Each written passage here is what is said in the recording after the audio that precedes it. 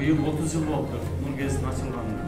Ошон үчүн бул жерге ошол Нур гезитинин эң алгачкы ачылгандан баштап канча редактор иштеген болсо, ошолордун баардыгын бүгүн чакырдык.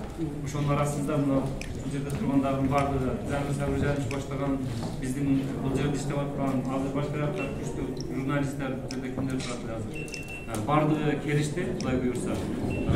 Ошол журналистиканын окуткан адистиктерге дагы бир база болуп калсын деген максат болуп атат.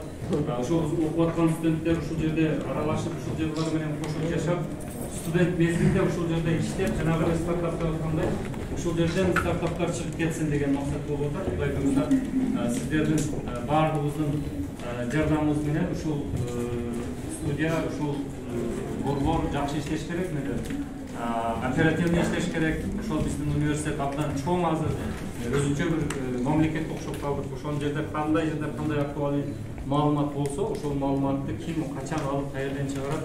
Эми ушунча техниканы көрсөттүңөр эле, менин мына маалыматым чыкпай атат деп эртең бир декан келсе көз дагы уят кылабыз.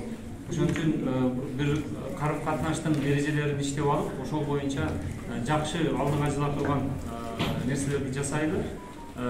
Юбилейиңер менен куттуктайбыз. Могу жерде турган ушул гезитте бүгүнкү редактор кайерде жүрөт?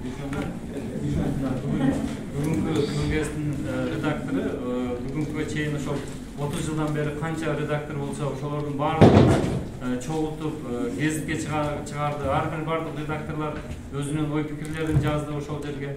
Мына ошол 30 редактор тең дээрлик ушул жерде бар экен.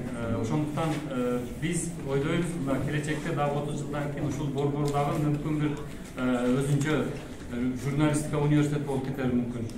Ошондой амбициялуу тилек кылалы.